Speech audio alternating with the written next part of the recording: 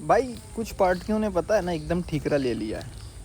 बस मंच पे जाना है, गरीब दलित गरीब दलित गरीब दलित, बस यही करना है। गरीब दलित करते करते ना पता है लोगों की मेंटेलिटी क्या हो गई है। जो नीचे तबके के लोग हैं वो अपने आप को गरीब ही समझने लगे हैं। वो बढ़ना ही नहीं चाहते ऊपर, वो करना ही नहीं चाहते। वो तो ये कहते मैं करूँगा क्या साला अमीर बन के, गरीब ही रहूँ, कम से कम सरकार राशन दे रही है, सब कुछ दे रही है, मेरा तो ऐसे ही चल रहा है। अमीर बन जाऊँगा तो मुझे टैक्स पे करना पड़ेगा, ये करना पड़ेगा, वो करना पड़ेगा, फलाना करना पड़ेगा। भाई आप आज ये बहुत से यूट्यूबर्स होंगे, बहुत से ये होंगे, बहुत से दल होंगे, ये बोलते हैं कि यार पासपोर्ट की वैल्यू वीक हो रही है, भाई डॉलर बढ़ रहा है, पैसे की वैल्यू जो है, रुपीज़ की वैल्यू जो है कम हो रही है। भाई क्या रीज़न है? यही तो रीज़न है। अधिकतर स्टेट की सरकारें क्या है, उन्होंने ये कह दिया है कि यार हम इतना फ्री में देंगे, ये फ्री में देंगे, वो करेंगे। आज पंजाब में क्या हो रहा है? क्यों पंजाब की सरकार जो है केंद्र सरकार से पैसा मांग रही है? एक टाइम पे दिल्ली की सरकार भी केंद्र सरकार से पैसा मांगती थी। क्या आपने हर चीज़ तो चलो फ्री में ही लुटा दी है, फ्री में ही तो लुटा दी। फिर आप क्यों, आप ही ने कहा था ना कि मेरे पास इतना पैसा है, मैं इतना लुटा दूंगा, फिर भी मेरे पास इतना बचेगा, उसको मैं विकास में लगा दूंगा। फिर आपने उस पैसे को विकास में क्यों नहीं लगाया? आपने उस पैसे को क्यों विकास में नहीं लगाया? क्यों उस पैसे को वहीं पे खर्च कर दिया? पूरा वही है ना, एक साथ मिल जाता है तो पूरा इकट्ठा खर्चा कर दिया। बाकी सरकारें वही कर रही हैं और कुछ नहीं कर रही। आपने विकास कुछ किया नहीं, आपने कुछ दिखाया नहीं, उसके बाद आप कहते हैं कि ये कर दिया मैंने, वो कर दिया, फलाना कर दिया है, सिर्फ वोट की राजनीति के लिए।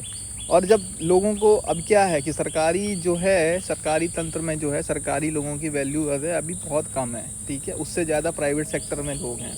प्राइवेट सेक्टर में लोग जो हैं अच्छे खासे हैं, और उनको ऐसा लगता है कि विकास हो रहा है देश का, उनको ऐसा लगता है कि हाईवे बन रहे हैं, उनको ऐसा लगता है कि हम, क्योंकि वो डिफरेंट सिटीज़ पे ट्रैवल करते हैं, हर चीज़ करते हैं, दुनिया भर के प्रोजेक्ट लेते हैं और दुनिया भर की सिटीज़ में टहलते हैं वो लोग।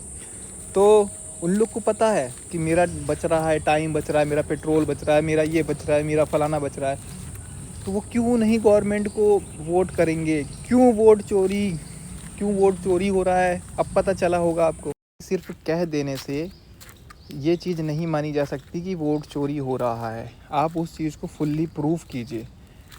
आप फैक्ट कुछ दिखाना नहीं चाहते हैं। लोग ये भी कह सकते हैं कि आपने कैसे राज किया, 40 साल 50 साल जो भी आपने राज किया अपने टाइम पे। लोग भी तो ये कह सकते हैं कि आपने भी बैलेट पेपर लूटे होंगे, आपने भी फर्जी वोट डाले होंगे, आपने भी किसी दल को सत्ता में ना आने के लिए आपने भी बैलेट पेपर चोरी किए होंगे। ये भी तो हो सकता है।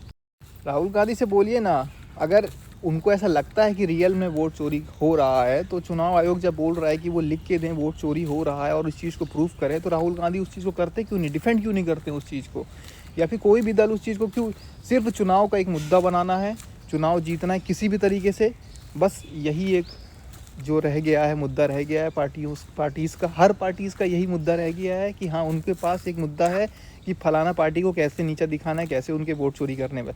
मेन चीज़, वोट चोरी सरकार नहीं कर रही है, वोट चोरी दूसरी पार्टियां कर रही हैं। मेन चीज़ तो एक दूसरे पे थोप के अपना वोट ले रही है, उसके बाद बस फिर मेन चीज़, यहाँ के लोगों के अंदर जागरूकता नहीं है। आप लोगों ने उनको गरीब गरीब बोल के इतना गरीब कर दिया कि उनकी मेंटालिटी एकदम ऐसी हो गई है कि जो जिस राह पे चलाना चाह रहा है उस राह पे वो चले जा रहे हैं। दूसरा और कुछ नहीं। उसने बोला कि हाँ वोट चोरी होगी, हाँ, तो उनकी पार्टी वालों ने 10 लोगों ने जाके बोल दिया कि वोट चोरी हो रहा है, कि हाँ अरे वोट चोरी हो रहा है, तो वो 100 लोग लेके पहुंच गया कि हाँ भाई वोट चोरी हो रहा है, इसका होना चाहिए। भाई आप अपने नेता से बोलिए, अगर रियल में वोट चोरी हो रहा है तो हम खड़े हैं आपके साथ, आप डिफेंड करिए, आप चुनाव आयोग से लड़िए। नेता किस लिए होता है? इसीलिए चुना जाता है कि आपकी प्रॉब्लम्स को जो है वो सॉर्ट आउट करे बड़े लेवल पे।